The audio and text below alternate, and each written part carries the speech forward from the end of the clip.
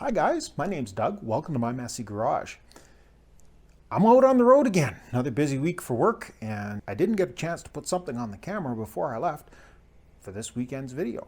Rather than doing another $100 shopping spree, I decided to do a little bit of research for a potential upcoming project for the channel. Let's go shopping for a Jeep. Follow along. Hopefully you enjoy this one. Thanks for watching.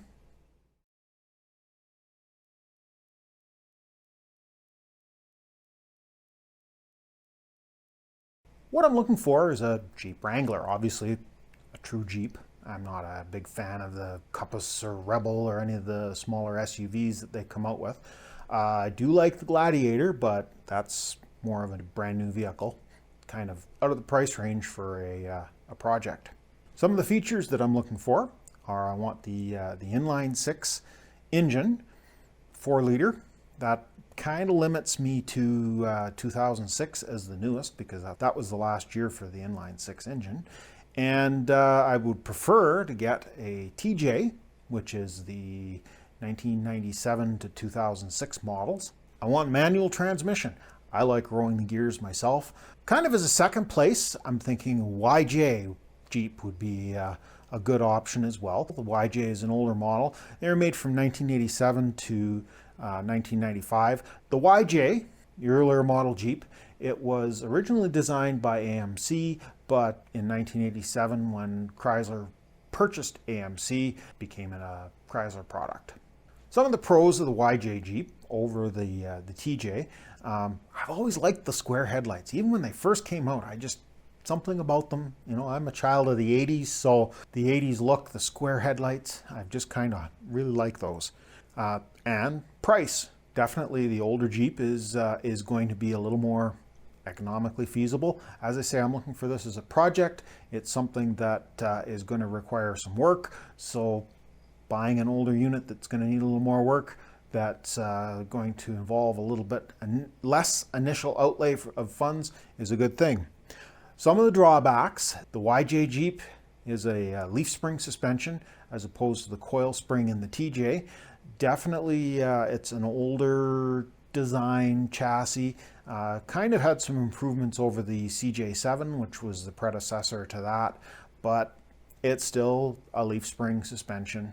Another drawback to going with the YJ as opposed to a TJ is the interior is looking pretty dated. It's got a bunch of square openings and definitely showing its years.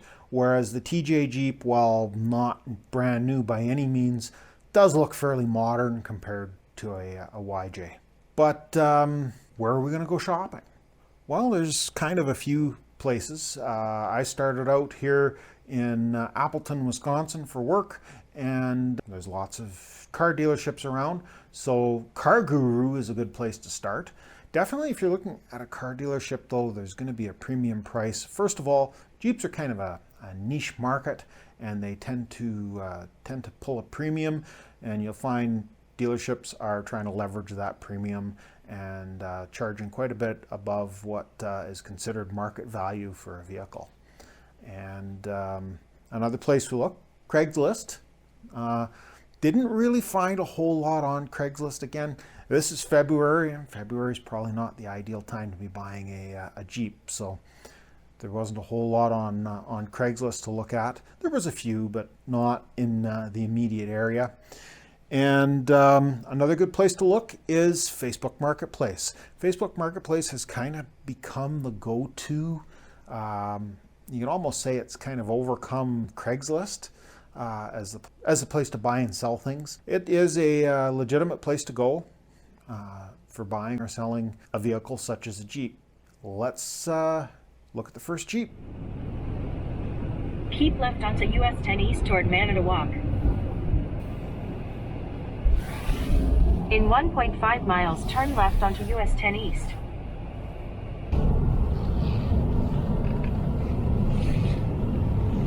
Definitely not the cleanest in the world.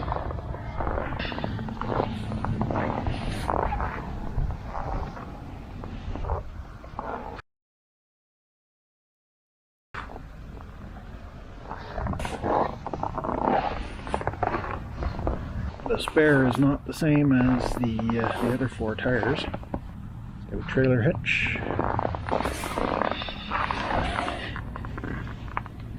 The frame is in pretty nice looking condition. The step has been welded on, not bolted.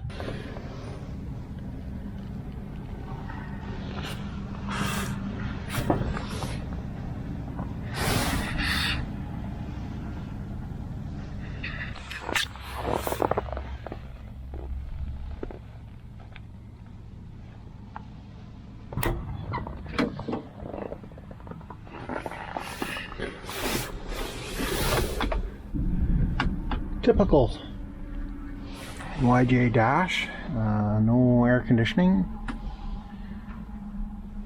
The most part looks pretty clean. The carpet's been taken out of it. I don't see any indication of weld repairs in that side of the floor pan. It's got a hard top.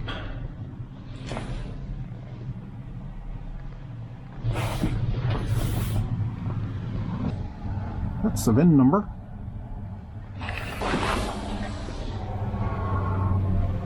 165,894 miles.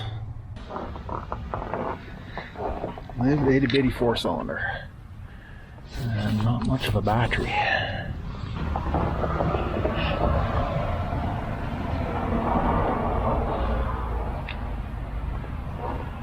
Relatively clean under the hood. Front axle's got a little bit of rust on it, but for the most part, I'm not seeing any major cancer. Nice heavy-duty front bumper on it. If I had something like this, I think I'd want a winch.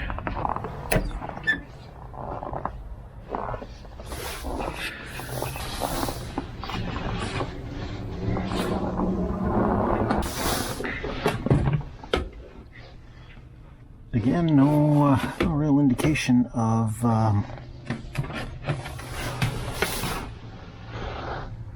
rust, but the heater core is shot. There's glycol on the floor.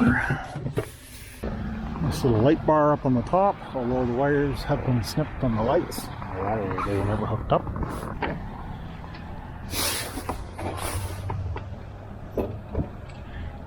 Lift struts are gone. Nice pads on all of the on the roll bar though. Pretty nice example of a YJ, to be honest. But the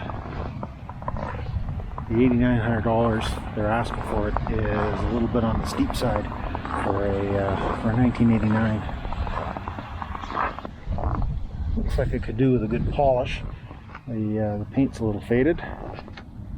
And the battery's dead from what they're telling me. The dome light comes on, but that doesn't mean that it's necessarily got enough juice to crank over. 89's a little bit much to be spending for this. I'm thinking, 5,000-6,000 tops. But hopefully it'll make somebody a good toy. I talked to the salesman, and he says that they're into it for over 10 grand with all the repairs they've made. He's wasn't aware that the heater core was gone at, and he's kind of a little bit disgusted that it is. And he didn't leave me with the impression that he had any kind of flexibility on price.